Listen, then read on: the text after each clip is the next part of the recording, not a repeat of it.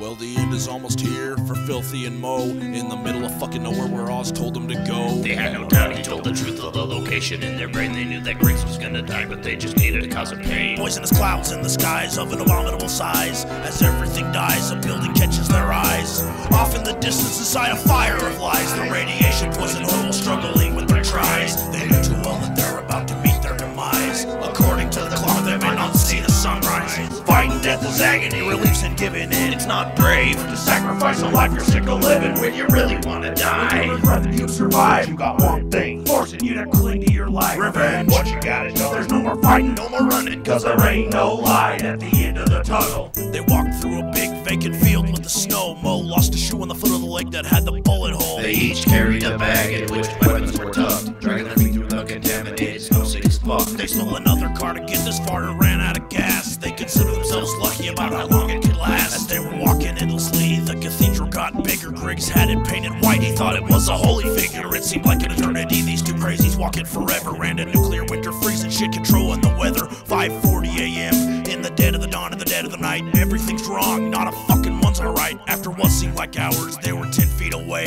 from the mighty mote of fire, lighting up the night like day. It surrounded a massive cathedral 500 feet tall. The front doors were large and wooden, stone and marble was the walls. Deus Ex Machina. It set above the entrance and over to the south, the graveyard behind it fits the moat of fire 10 feet across with no visible bridge. They jumped in the pit of flames off an adjacent bridge and ran through the fire in the pursuit of the liar so that they could retire the dire things he inspires. They crawled out of the moat with revenge in store and grabbed the big brass handle and opened up the front door. They took a step inside, silence echoed through the room. They yelled, "Lord of Vic," hoping to see him soon. They stood in a large chapel, wooden benches, stained glass, torches hung on the pillars, holding up the heavy mass. The doors closed on their own, they weren't scared but beware. No hesitation to go forward, cause they knew why they were there. After 100 feet of benches on the stage was a podium. It was a gigantic room, but only a fraction of what they'd come.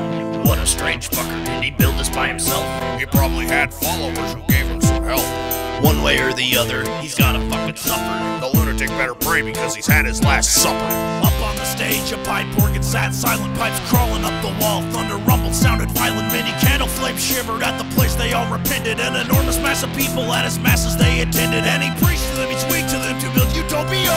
When the organ played itself with no visible inertia. Step up and testify. If it do you for the sake of your curse, so give me a hallelujah. They wandered deep into the church that was the quarters of this clan. They had a silver bullet safe for the apocalyptic man. A smaller wooden room as they wandered through the place held a cruel tapestry showing Lord of Vic's face.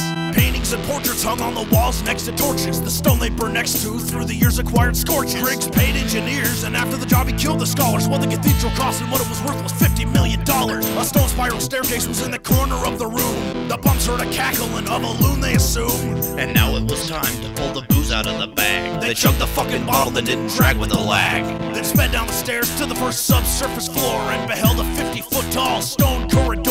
It went so far straight and faded off into the dark. Mo proceeded into it, but Filthy called him back. Hark!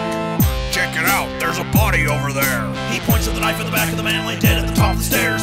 This way. They took stairs down, so far down and around, never giving up until the preacher was found. When they finally reached the bottom, they stopped dead in their tracks in what appeared to be a maze with at least 5 different paths. Bodies chained to the wall in the position of a crucifixion, each one in a different stage of decomposition.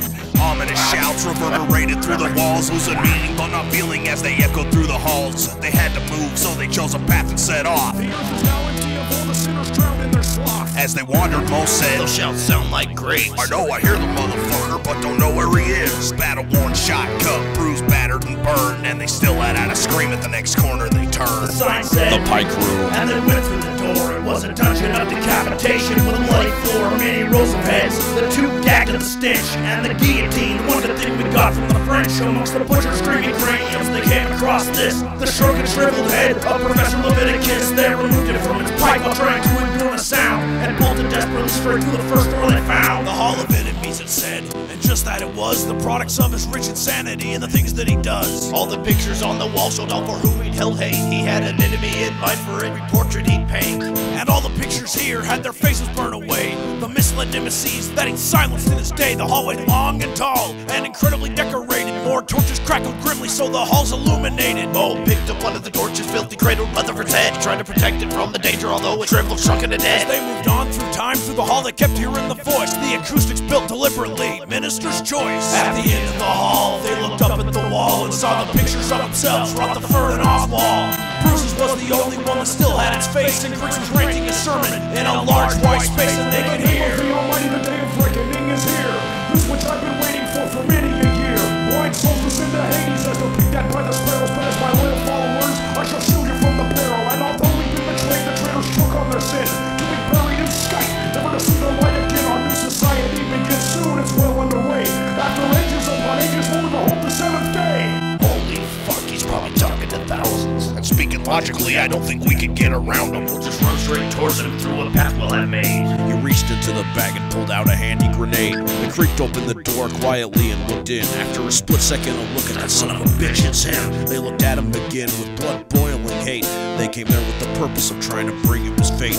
They crept through the door to the colossal room of stone, and their skin started to crawl when they saw he was alone. They hid behind a bench in this big empty sermon room. There was dust on the seats, amidst which they loomed. Griggs was going crazy, throwing his hands up in the air. Philly and Mo snuck down closer and stopped, and this is where Mo looked directly at Griggs and aimed at the fiend from 20 feet away. Blast, and the minister screamed. He grabbed his forearm and turned around and then saw the two he believed to be dead after his attacks on the law. His face was pure shock. You filthy sinning demon-ridden Again in the shoulder, cause they ain't kidding. They threw a torch into some curtains that all went up in flames. They needed to leave not only Griggs, but his cathedral in remains. Mortimer's eyes went red, he understood how they could find him. After a second of gazing, he bolted out the door behind him. The bums ran after the priest and finally got to the door.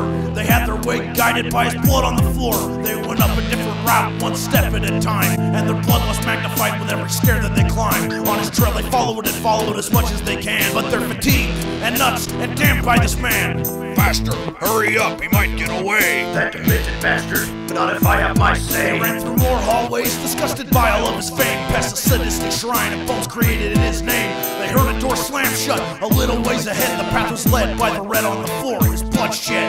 They reached the locked door, but had a good place to start. Mo pulled the pin, hit and blew the fucker apart. With the cathedral ablaze, they sought revenge on this man who wanted only to escape and live the best that he can. Up to the chapel, back to the first room, they come all this way. Many sickening sights seen all through the night while they followed the bloodstained. Griggs was yelling as he's running, never ceasing as he taunted. The organ played itself because the fucking place is haunted. An ear-shattering tune, the audible volume had peaked. It's deafening as the haunted walls burned and shrieked. Filthy saw Griggs and shot a bullet past his waist. The preacher sped upstairs without any time to waste. He struggled along. Been shot twice, but the sinners have been through hell and their lack of speed would be nice. Griggs fled from the tomb as they destroyed all his wealth. They had him scared and alarmed, but he wouldn't admit this to himself. I may be shot, but I'll perish here not. This means nothing, it's not the first time I've been caught. In pursuit of Minister Mortific, they both ran through another room. It smelled of lamb's blood and sulphurous fume. The pace of the race was slow with agonizing frustration. Being this close but unable was an excruciating sensation. Mo fired through the hallway and Griggs and missed the force. The priest whipped around the corner, the bums were out of lethal force. They'd been shot, slashed, drunk, hungover, starved, whipped and beaten, and locked up with a body that they'd resorted to partial eating. All because of Griggs and his selfish, wicked ways. Now just 4 feet behind, the bums followed through the maze. Filthy picked up an urn and Mo was throwing the guns. The floor is quaking and burning as the minister runs. He looked back at them as they followed him, a smirk on his face. Filthy smashed him with the urn and ashes covered the place. Griggs spouted off things that he had never said before. You're a sinful bastard and your mother's a whore. He threw holy water at them as he went outside through a door. The ceiling pipe crashed down, now obstacles on the floor.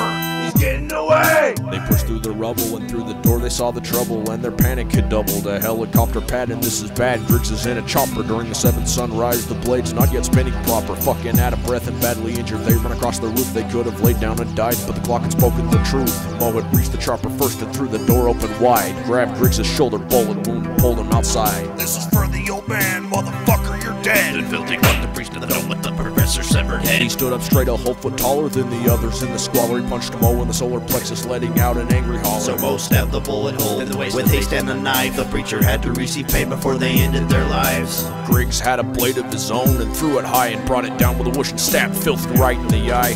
Filthy screamed out as Mortific turned to Mo. speaking his hatred. He didn't know Filthy was still conscious with less time than he could afford. Now you shall perish for tampering with the work of the Lord. Filthy pulled the knife from his eye. On your mark, Get ready to die! he charged at Griggs. The three went over the edge and fell into the sky. Filthy's head slapped a stone wall and squirted some brains. Mo Griggs and his corpse landed down in the flames. Chunks of broken stone smacked Griggs from up high. He realized that his dream was a vision. He saw how he would die. They rolled in the fire, screaming, dying together. Their bones would remain until the end of forever.